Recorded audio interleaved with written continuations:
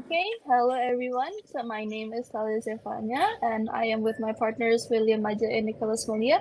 And today we will be doing a semantics and pragmatics analysis on Bluey on the episode 20 markets and episode 28 grannies.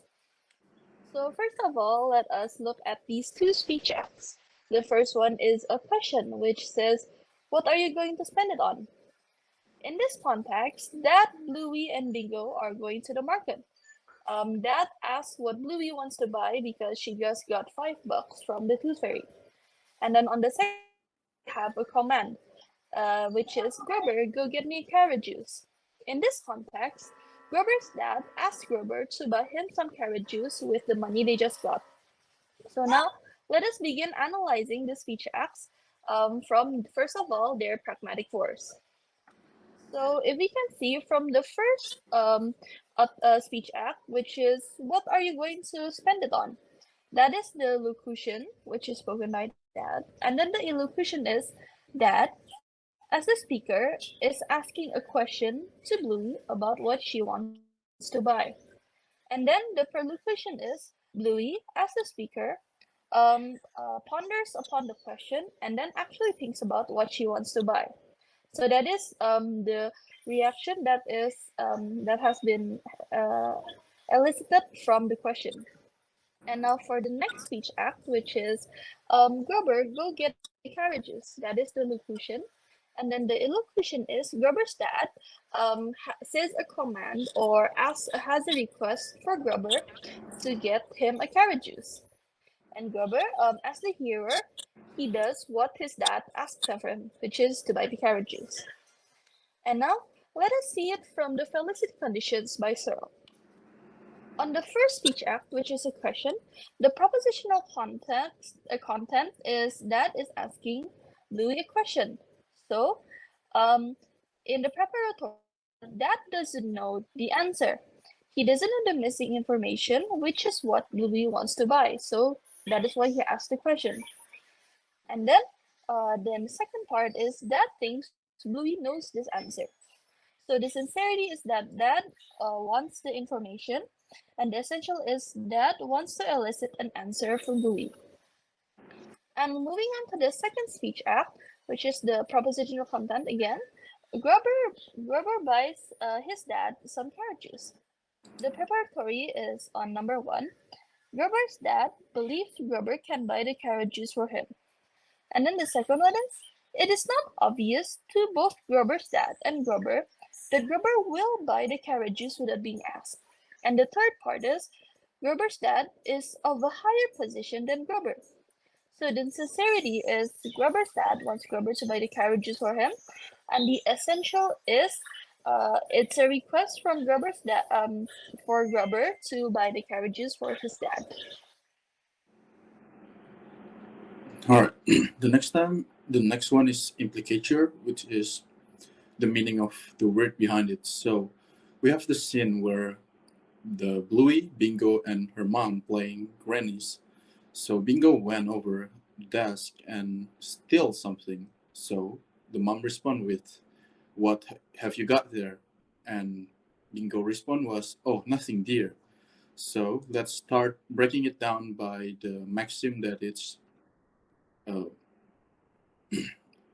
infraction of maxim that it's been happening here. So the first one is the maxim of quality. We know that in this context, Bingo is hiding something inside of his clothes. Therefore, he's not answering honestly and actually hiding something. Next is the maxim of quantity.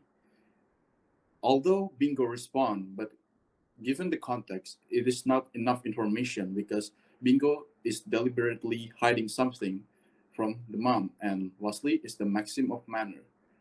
The response that Bingo giving is too ambiguous, and as we know from the look of Bingo and from the suspicion from her mother, that the tone indicating she's hiding something. All right, so next is what's the actual meaning that from this implicature is. So by saying, "Oh, nothing, dear," Bingo is hiding something from her mother.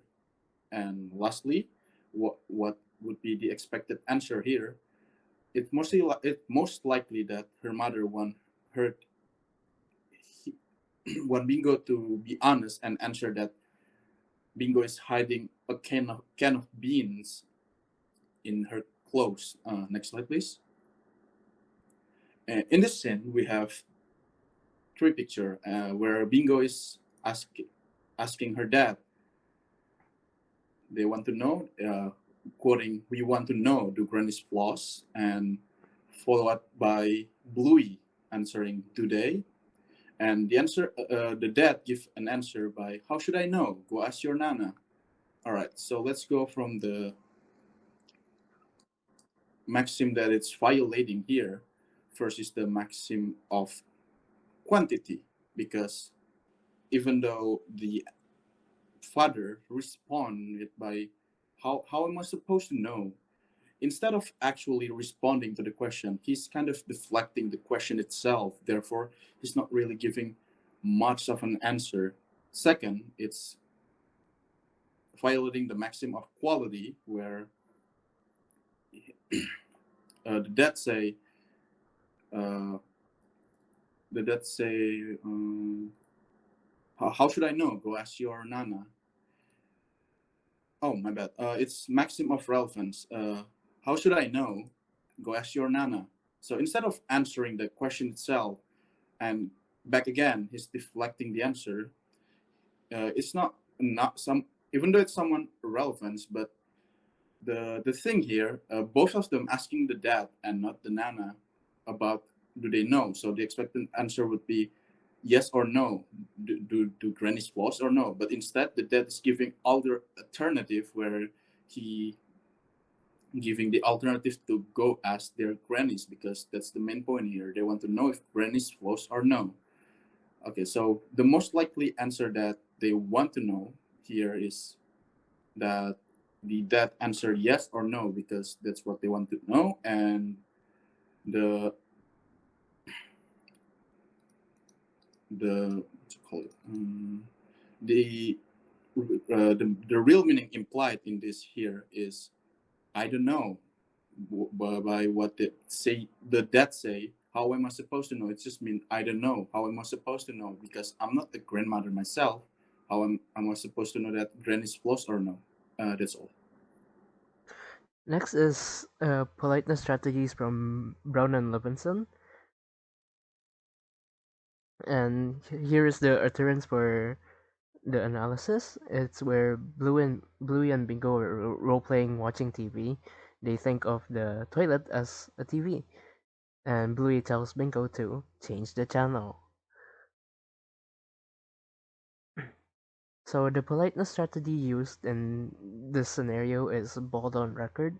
It's a direct way of saying things without any minimization to the imposition, and a direct, clear, unambiguous, and concise way.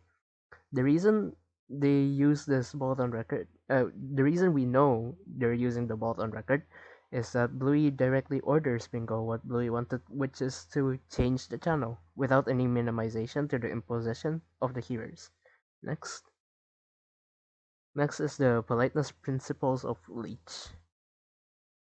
This is the appearance where Blue and Bingo starts a video call with their grandmother Nana, but Nana doesn't know how to set the cameras, so she requests the grandpa's help, Bob's assistance. Nana asks for Bob to work this thing out. The maxim used here is most possibly tact maxim. It refers to minimizing the cost to others and maximizing the benefit to others. The reason we know that she is using tact maxim is because Nana asks for Bob's help. It is not an order, and Bob is not forced to help Nana. That is all for our presentation. Thank you.